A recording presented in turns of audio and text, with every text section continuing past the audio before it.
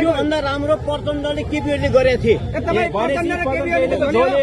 होइन तर गरेका थिए 100% झोले नै हो तपाईँ। झोले त हामी सबै झोले नै हो नि।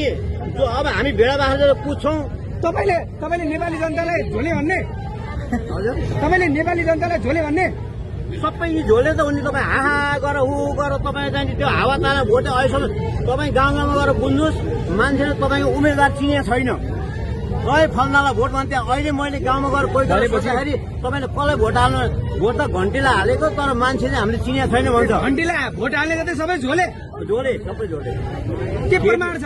प्रमाण त हो नि। यो देश विकास भएन, जनताले दुःख पाए प्रमाण त्यही हो। 4 महिनामा तपाईँले यो देश अमेरिका सिङ्गापुर हुन पर्यो। हुन पर्यो। नसके नगर्ने, कुर्सी छोड्ने हिँड्ने, अर्को आउँछ। तपाईँको भिजन चाहिँ के छ ठ्याक्क भनिदिनुहोस् न।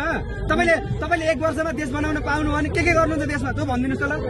मैले एकदम राम्रो जनताहरूलाई त मोगी घटाउँछु।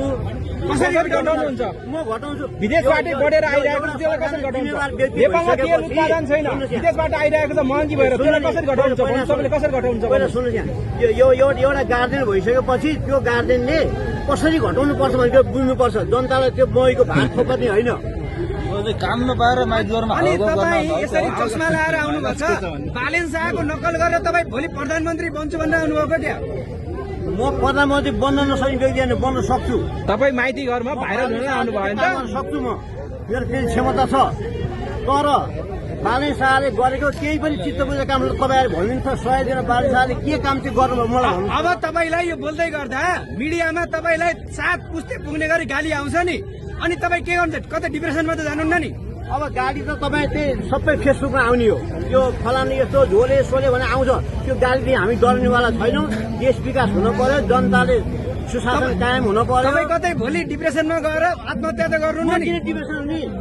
म चाहे भने सरकार चलाउन सक्ने व्यक्ति हुँ। म डिप्रेसन किन हुने? तपाईँ सरकार चलाउने व्यक्ति भन्नुहुन्छ, भिजन चाहिँ केही छैन, कालो चस्मा मात्र लगाएर आउनु भएको छ। किन भिजन छैन? तपाईँ त्यति बेला भिजन निकाल्छु मैले। के गर्नुपर्छ, जनतालाई कसरी सुख सुविधा दिनुपर्छ भन्ने कुरो बल्ल निस्किन्छ। दूरदर्शी व्यक्तिले पहिल्यै नै सोचेर अगाडि बढ्छ, भइसकेपछि त्यहाँ सोच्दैन। बुझ्नुभयो? होइन, त्यसरी पनि गर्न सकिन्छ। कसरी गर्न सक्नुहुन्छ तपाईँ? गर्न सकिन्छ। हावादारी बोलेर गर्नुहुन्छ माइती घरमा चिच्याएर? हावादारी होइन, एकदम सत्य तथ्य कुरा हो। के सत्य? तथ्यमा टेकेर बोल्नु भएको छ तपाईँ? म सत्य टेकेर बोलिहाल्छु। के तथ्य छ तपाईँसँग? के प्रमाण छ? यो सरकारले केही गरेन भने तपाईँसँग के प्रमाण छ? के गरे त भनेर मलाई भन्नु न। तपाईँलाई सोध्दैछु म। 100 दिन बालेन शाह यो सरकारले के गर्यो भनेर सोधिरहेको छु मैले। अब अन्तिममा भन्नुहोस्, तपाईँलाई केपी शर्मा ओलीकै सरकार ठिक लागेको हो कि बालेन सरकारको? मलाई केपी शर्मा ओली सरकार पनि त्यति ठिक लागेको होइन।